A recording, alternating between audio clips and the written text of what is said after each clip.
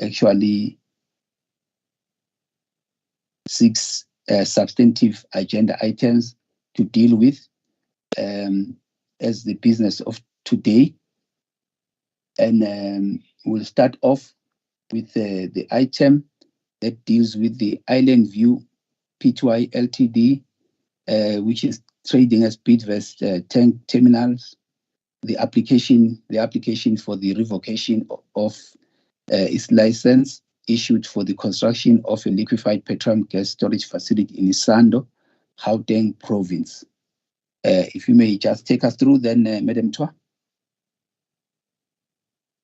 Thank you, Chairperson, and good morning again. Mr. Lukelo will assist in terms of introducing this submission. Thank you. Thank you, Chairperson, and good morning to everyone. BTT has applied to NESA for the revocation of its license issued for the construction of an LPG storage facility in Isando, in the Gauteng province. And the application is made in terms of Section 24(1)(b) of the Petroleum Pipelines Act of 2003, which provides that the energy regulator may revoke a license on the application of a licensee if the license facility or activity is not economically justifiable. Chair, the energy regulator issued a license now being sought to be revoked on 5 March 2020, and it was for the construction of 2 LPG storage tanks with a combined design capacity of 5,250 cubic meters. The project was to be developed for a specific customer, which name is withheld for confidential reasons, which has now decided to explore a different location for the construction of a storage facility, which is deemed more suitable for a rail infrastructure for the receipt of product, which is still envisaged to be imported via the existing BTT LPG import facility in Richards Bay, which is currently the biggest in the country. And this, Chair, follows the discussions between TFR, BTT, and the customer. The Insando project by BTT at the time of licensing was supported by the fact that it was developed for the said customer and to be economically and financially viable. And BTT submitted that the customer in question has withdrawn from the project as indicated, and it's exploring a different location for the facility. And this renders the project not economically justifiable.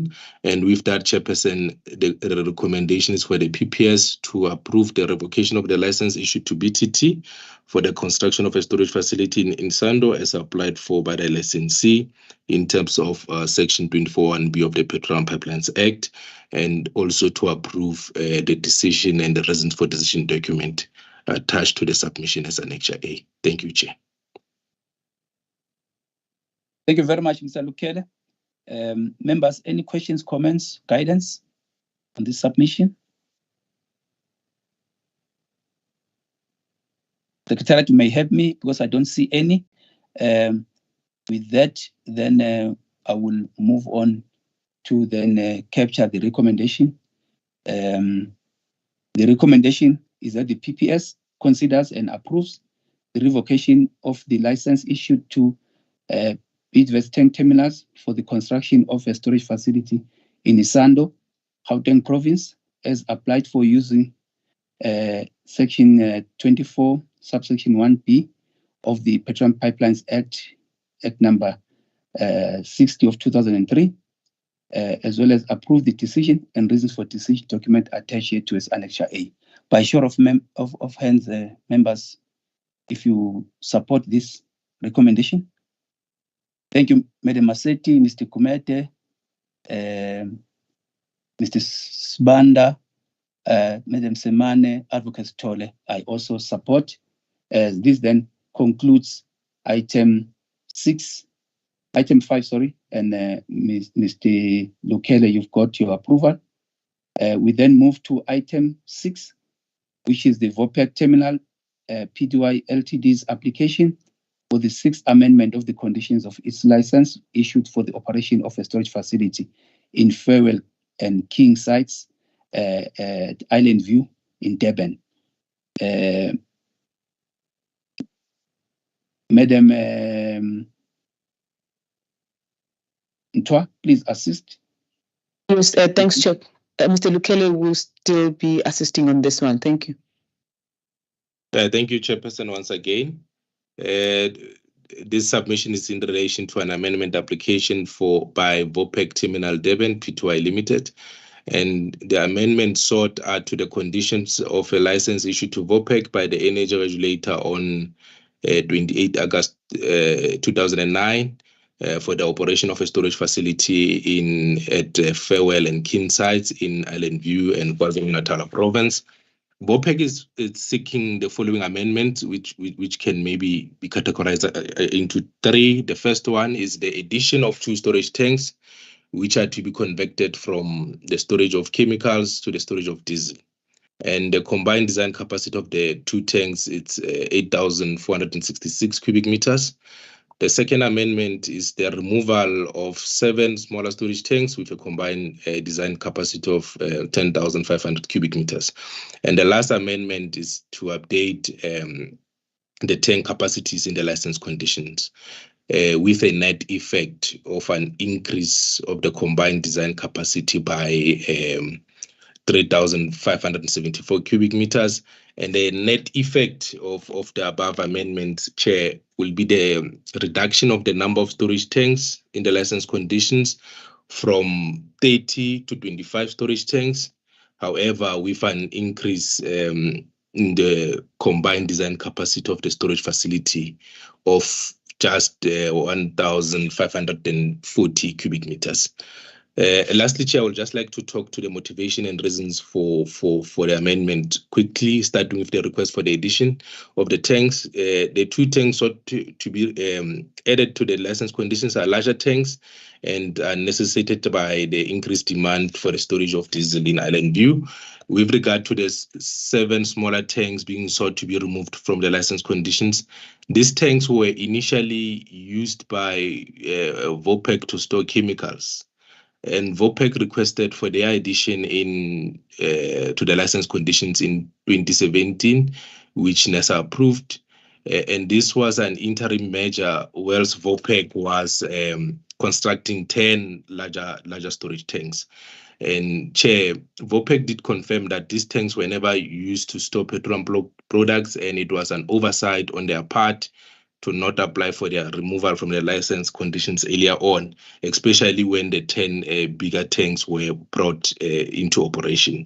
And NESA confirmed this via the volume report submitted, monthly volume report submitted, and they were also identified by NERSA during an inspection conducted on 11 July 2023, and that's where then VOPEC was requested to apply for the necessary amendment. Similarly, Chair, with the updating of the tanks capacities is also as a result of the NESA inspection, in which some discrepancies of the figures were identified. But it worth noting that there have not been physical changes to the storage tanks. The tanks that are significantly affected are 4 tanks, tank 434 to 437, and these are shown in table 1 on page 5 of the submission. With that, Chairperson, the recommendation is for the PPS to recommend to the energy regulator the approval of the 6th amendment of the VOPEC license conditions for Farewell and Kin sites by adding 2 tanks, removing 7 storage tanks, and updating the tank capacities in the license conditions. And the other recommendation is for the PPS to recommend to the energy regulator to approve the decision and the reason for decision document attached to the submission as Annexure A, as well as the addendum to the license conditions. Thank you, Chair. Thank you very much, Mr. Lukele.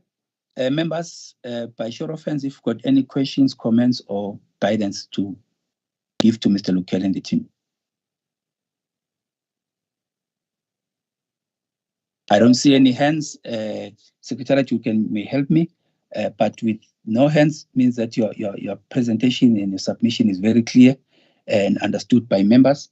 I will then move to the recommendation, which is that the PPS considers and recommends to the energy regulator to approve the 6th amendment of the conditions of the license issued to VOPEC Terminal Durban for the operation of a storage facility in Farewell and King sites by adding 2 storage tanks 401 and 402, each with a design capacity of 4,233 cubic meters into the license conditions. And 2, by removing 7 storage tanks, number 414 to 420, each with a design capacity of 1,500 cubic meters from the license condition. And thirdly, by updating the tank details in the license conditions, and also recommend to the energy regulator for approval the decision and reasons for decision document attached here to as Annexure A, as well as the addendum to the license conditions attached as Annexure 1 to the decision and reasons for decision document already mentioned. By show of hands, members, if you support this recommendation. Thank you, Madam Maseti, Advocate Tole, Mr. Kumete, Madam Simane, Mr. Sibanda. I also support the recommendation as already read out. Thanks. This then concludes item 6, and we then move on to item 7, which is Shell Downstream South Africa's application for the first amendment of the conditions of a license issued to it for the operation of a petroleum storage facility in Mossel Bay, Western Cape Province. Over to you, Madam Twa and the team. Thank you, Chair. On this one, we have Ms. Monyebodi who will assist in terms of introducing the submission. Thank you. Thank you, Chairperson, and good morning, colleagues and members in the meeting. This application by Shell is their first amendment to the Mossel Bay operation license conditions. It's quite similar to the previous item that was discussed. The amendments requested are threefold. The first is to include the 1 diesel tank 8, which is approximately 8,000 cubic meters in capacity. The second part is to remove the 2 paraffin tanks, tank 6 and 8, with a combined capacity of 690 cubic meters. And the third and final is to update the overall tank capacity. So for the first part, which is the addition of tank 8, Shell indicated that this tank was previously leased to Petro SA to store reformat until March 2021. And then Petro SA then terminated the contract. So subsequently, then Shell refurbished and modified that tank and converted it to diesel storage to support their own market. The second aspect relates to the removal of the 2 paraffin tanks, which had not been in operation in period, so roughly about 6 years now. The tanks were last inspected in 2018 and were found to have threats to their integrity. So then Shell decided to discontinue their use and operations altogether, and then finally demolish them in March of this year. Chair, the key issues we considered in our analysis mainly looked at the rationale for the amendment sought, and here specifically for tank 8, we assessed the safety of the tank, given that it was never licensed by NERSA. We looked at the latest maintenance records, including reports on the modifications that were done on the tank. And we also inspected the facility to verify the operational status and confirm capacities. And we're able to further get a fit for use or fit for purpose statement for the tank as well. And so, Chair, here our view is that the tank is suitable for use. For the demolished tanks, Shell indicated that the activity did not trigger an environmental assessment. However, they did provide us with job completion and safe disposal certificates for the demolition. They'd also provided the soil and groundwater monitoring report, which indicated that there was no significant changes to previous year risk assessment, even as a result of the demolition that happened. Again, Chair, our view here is that we are satisfied that the demolition was carried out and completed in a manner that is compliant with the relevant codes, the standards, and the safety measures as well. In our market analysis, although it was narrow, we looked at changes to the product supply in the region. We touched a bit here on the product supply constraints given Petro SA refinery shutdown and the logistical situation right now. We also sort of tried to depict the logistical situation in figure 1, which is on page 5. But basically, Shell, with its facility, cannot independently import product into Mossel Bay except through that Petro SA facility. And the Shell facility houses some of the other industry players as well, who upload their product on a throughput basis.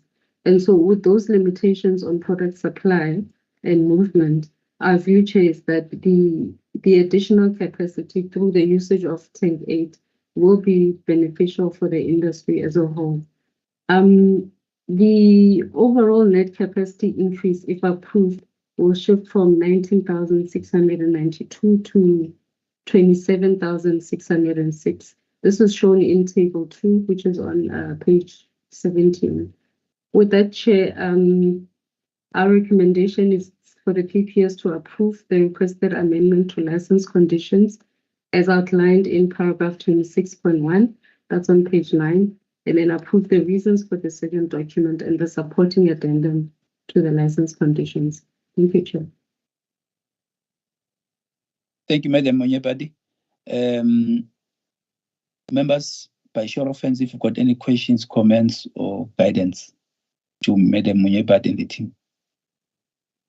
Mr. Sibanda.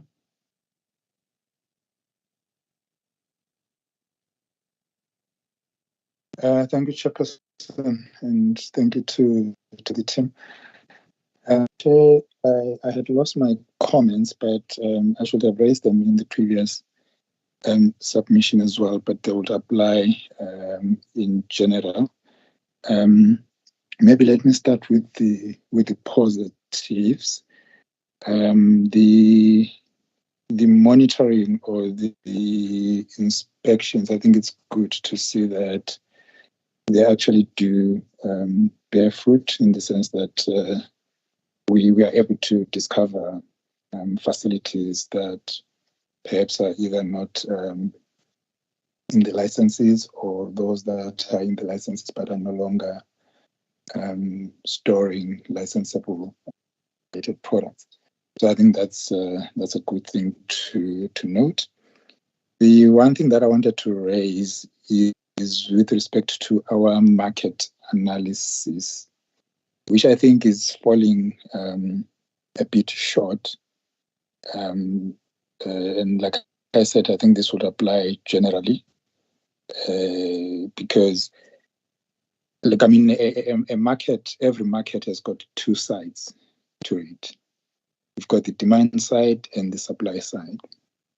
And our analysis seems to focus mainly on the supply side. But even that also falls short, because the basic question that you need to be asking is, how does this particular change affect the market dynamics? Who are the players in this particular market? What are their market shares? Now, if we add this particular capacity, which I think is substantial, if you look at tank number 8, it's a substantial capacity that is being added. So how does that affect the competitive dynamics in that particular area or in that market? And I see that we are saying that there are suppliers that as far as some 400 kilometers away, if this is the same submission. Yes. And the question is, do they form part of that same market geographically, or are we stretching the market too far? But the basic issue is, how does this particular capacity then affect the market dynamics? And then you also look at the demand side to say, how does it assist in terms of meeting the demand within the area? So for me, that part is a bit scant, or it's it's missing, but it doesn't affect the decision. Chair, I do support the recommendation, but I think we can do more in terms of trying to analyze the market dynamics, rather than just saying, what are the logistics, how does it improve the supply situation? But then we also need to look at who are the other players in this market, how big are they, what's their market shares, how does this additional capacity affect the balance of power, basically, in that region. So yeah, that's what I wanted to raise, Chair. Thanks. Thank you, Mr. Sibanda. I don't see any other hands. May you please then respond, Madam Munyepati and the team, with the understanding that if one were to summarize, to say that Mr. Sibanda says more should be put into looking at market dynamics and not just look at the licensee in isolation, but consider other players in the market as well, looking in a balanced manner on the supply side and the demand side. But the two are being appreciative of the inspections that have been conducted. I see your hand, Mr. Untit. You may respond. I leave it up to you. You can hand over to anyone after that so that you can provide a conclusive response. Over to you. Thank you, Chair. Yeah, and then Ms. Munyepati will then, if need, come in. It's not an excuse, but we have lost our industry specialist that's been assisting with that, and we're busy filling that position. We do have the colleagues in the gas division that can also assist, but yeah, the main problem, I think, via you, Chair, Mr. Sibanda, is the confidentiality issues and the historic arrangements at this facility. When the refinery was operational, effectively, that was feeding the product into this facility, and from there's a joint on that picture. You'll see there's a big gantry which is co-owned by all the oil majors. So in terms of that arrangements, there's product swap agreements and things happening, which in terms of the confidentiality and that, maybe in terms of that analysis, it's been challenging to get the information.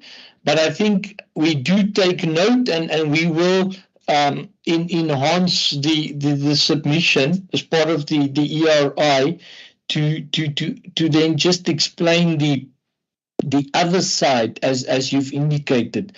But the market, the power, the market power here is in a way, I'm not saying negated, but because all of the players use a jointly owned facility and there's throughput agreements in place there, it is there. But the net effect is the additional storage will definitely help, because we are aware that the Petro SA refinery matter will not necessarily be solved overnight. But okay, we do take note, and I also engaged in with Ms. Du Plessis to assist us on the gas side with enhancing this aspect, as you correctly indicated, sir.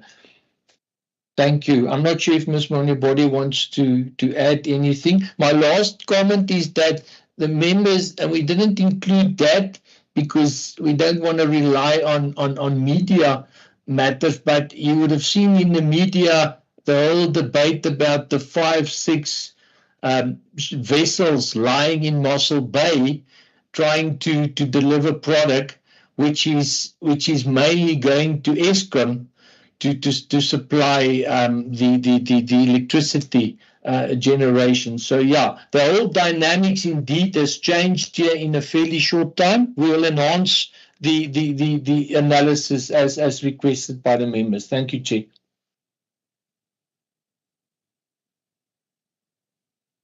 Thank you. Madam Nyepad, you covered? Yes, I am, Chairperson. No additions for me. Thank you. Thank you. I noted the thumbs up. I noted the thumbs up from Mrs. Banda. With that, I would move to the recommendation, which is to request the PPS to consider and approve Shell's application for the first amendment of its license issued for the operation of a storage facility in Mossad Bay, Western Cape Province, seeking to amend its currently licensed storage capacity by including Tank 8 for diesel storage with a capacity of 7,994 cubic meters, eliminating paraffin tanks 6 with a capacity of 319 cubic meters, as well as tank 7 with a capacity of 371 cubic meters, and updating the tank details in the license conditions accordingly, and to also approve the decision and reason for decision document attached here to as Annexure 1, as well as the addendum to the license conditions attached here to as Annexure 2. That is subject to the enhancement based on the due consideration of members' comments. By show of hands, members, if you support this recommendation. Thank you, Madam Maseti, Mr. Kumete, Madam Simane, Advocate Tole, and Mr. Sbanda. I also support the recommendation. This then concludes item 7 and takes us straight to item 8, which entails the decision and reasons for decision on a tariff application by Quantum Energy CC for its petroleum storage facility in Standerton, Mpumalanga Province for the period 1 March 2023 to 28 February 2026. Over to you, Madam Twa in the team. Thank you, Chairperson. As indicated, this one is awaiting a pending amendment for Quantum Energy, and therefore it will be for discussion. Ms. Kosi, kindly assist in terms of introducing the submission. Thank you. Thank you, Chair, and good morning, members and colleagues. On 9 March 2023, Quantum submitted a tariff application to NERSA together with an amendment application for the operating license, which was processed simultaneously with the tariff application. In the amendment application, Quantum sought to an amendment of its license condition to add 3 tanks to the 6 previously licensed tanks in the license. The decision on the amendment application needed to be approved at the REC meeting of 6 November 2023, but did not serve at the meeting, and it was postponed to the REC meeting of 20 November 2023. Following NERSA's request for additional information, on 9 May 2023, Quantum resubmitted tariff application.